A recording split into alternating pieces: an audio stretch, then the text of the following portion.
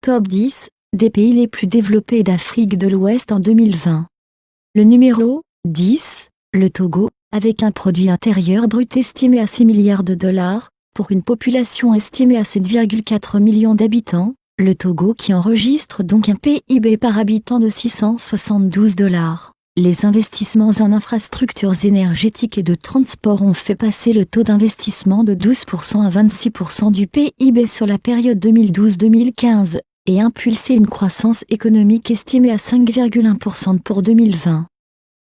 Le numéro 9, le Niger, avec un produit intérieur brut estimé à 10,35 milliards de dollars. La croissance économique est en voie d'accélération malgré un environnement extérieur difficile. Elle devrait passer de 5,2% en 2018 à 6,5% en 2019, a estimé le FMI à l'issue d'une mission à Niamey. Cette croissance sera favorisée par une bonne campagne agricole et la mise en chantier de grands projets d'investissement, souligne le FMI, qui juge la situation budgétaire du pays dans l'ensemble satisfaisante.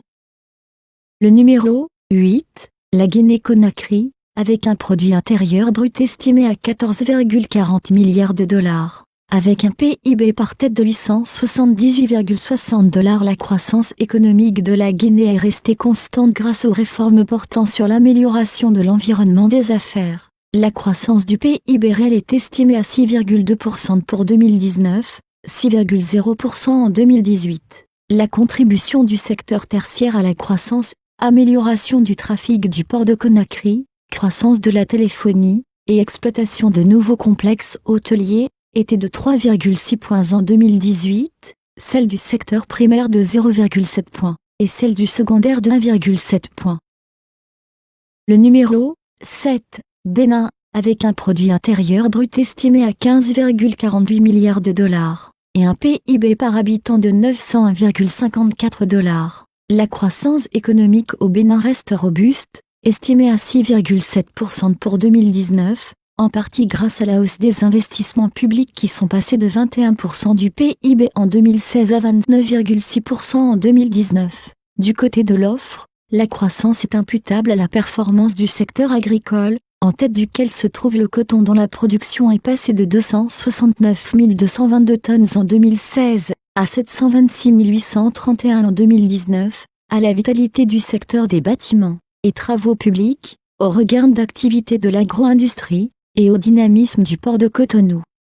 Le numéro 6, Burkina Faso, avec un produit intérieur brut estimé à 15,85 milliards de dollars, et un PIB par tête de 715,12 dollars. Le taux de croissance du PIB est estimé à 6% pour 2019, 6,8% en 2018, tiré principalement par le dynamisme du secteur secondaire, 8,3%, et des services, 6,6%, et la progression soutenue de la consommation privée, 7,5%, et de la consommation publique, 6%.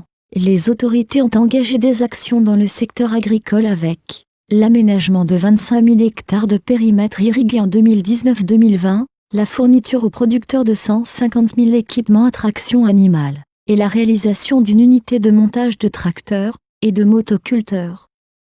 Le numéro 5, le Mali, avec un produit intérieur brut estimé à 19,02 milliards de dollars, et un PIB par tête de 900 dollars. Malgré la crise sécuritaire, l'économie malienne a fait preuve de résilience en 2019. Le Mali a enregistré une croissance de 5%, tirée par les bonnes productions d'or et de coton, un déficit budgétaire de 3,1% du PIB, et une inflation de 0,4%. L'endettement public était de 35,5% du PIB fin 2020. La création de la zone de libre-échange continentale, et de la monnaie unique de la CEDEAO, ECO, devrait contribuer à renforcer l'intégration du Mali dans la région. Pour promouvoir le secteur privé, le gouvernement a lancé un programme d'infrastructures économiques de 5 500 milliards de francs CFA qui vise à réaliser 8 700 km de routes, et 6 ponts d'ici 2023.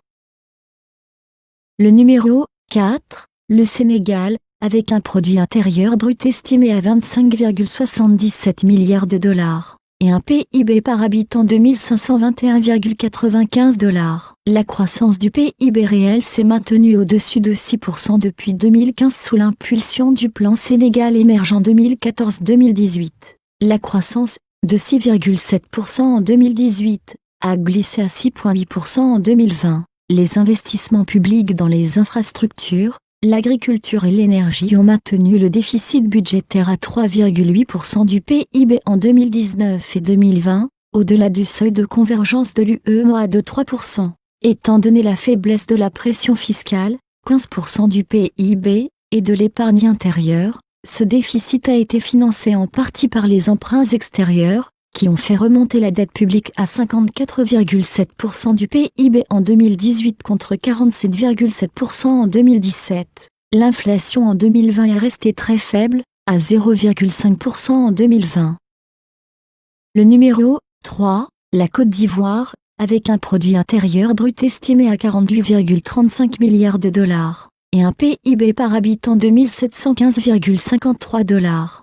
L'économie continue d'afficher de bons indicateurs. La croissance du PIB réel était de 7,4% en 2018 et 2019 et pourrait rester supérieure à 7,0% sur la période 2020-2021 dans l'hypothèse d'une bonne pluviométrie et de termes de l'échange favorable. Le secteur des services reste le principal moteur de l'économie avec une contribution à la croissance de 3,4 points en 2018. L'industrie a contribué de 1,5 points en 2018 grâce au dynamisme de l'industrie agroalimentaire et des bâtiments et travaux publics. Le secteur primaire a contribué 0,8 points grâce à l'agriculture qui a bénéficié d'une bonne pluviométrie et de la distribution des semences par l'État.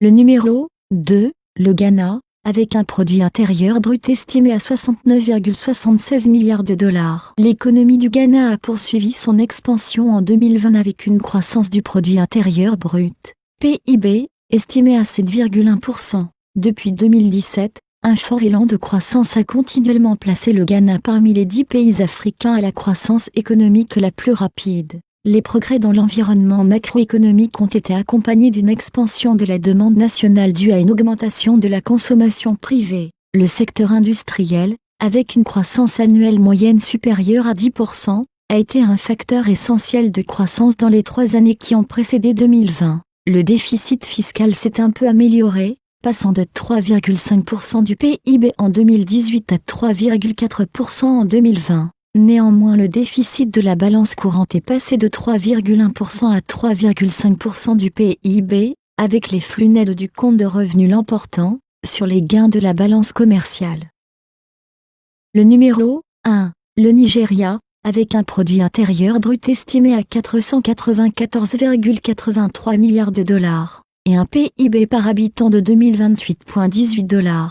La croissance du PIB réel a été estimée à 2,3% en 2019, soit un peu plus que le 1,9% de 2018, principalement en raison de la croissance du secteur des transports, du secteur pétrolier et des technologies de l'information et des communications. L'agriculture a été touchée par des inondations sporadiques et par des conflits entre éleveurs et agriculteurs locaux. Le secteur manufacturier continue de souffrir d'un manque de financement. La consommation finale des ménages a été le principal moteur de la croissance en 2019, renforçant sa contribution de 1,1% à la croissance du PIB réel en 2018. L'effort visant à rabattre l'inflation dans une fourchette de 6 à 9% s'est heurté à des contraintes structurelles et macroéconomiques, notamment la hausse des prix des denrées alimentaires et des arriérés de paiement, ce qui a abouti à un taux estimé à 11,3% pour 2019.